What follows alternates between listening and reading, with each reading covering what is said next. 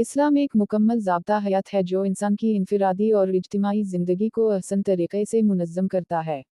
इस्लामी तालीमात में ताल्लुकात को बहुत अहमियत दी गई है, चाहे वो रिश्तेदारों के साथ हों, हमसाइन के साथ या मुसलमानों और गैर मुस्लिमों के साथ।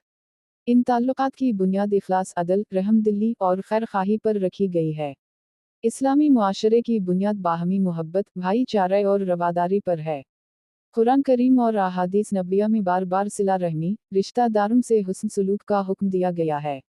नबी करीम सल्लल्लाहु अलैहि वसल्लम ने फरमाया, जो शख्स अल्लाह और यौम आखिरत पर ईमान रखता है, वो अपने रिश्तेदारों के साथ अच्छा सलूक करे। हमसाइन के हुकूक को भी इस्लाम में बहुत अहम मकाम हासिल है। हज़रत मोहम्मद सल्लल्लाहु अलैहि वसल्लम ने फरमाया कि जबराइल अलैहिस्सलाम मुझे हमसाया के बारे में इतनी बार नसीहत करते रहे कि मैं समझा शायद उसे विरासत में भी हिस्सा मिलेगा। इस्लामी ताल्लुकात सिर्फ मुसलमानों तक महदूद नहीं बल्कि गैर मुस्लिमों के साथ भी हस्न सलूक और अदल व इंसाफ का दर्स देता है।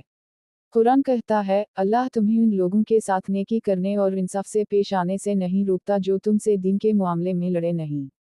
इस्लामी ताल्लुकात का असल मकसद एक पुरअमन, मुनसिफाना और फलाही मुआशरा कायम करना है जहाँ हर फर्द को इज्जत, मोहब्बत और अदल मिले।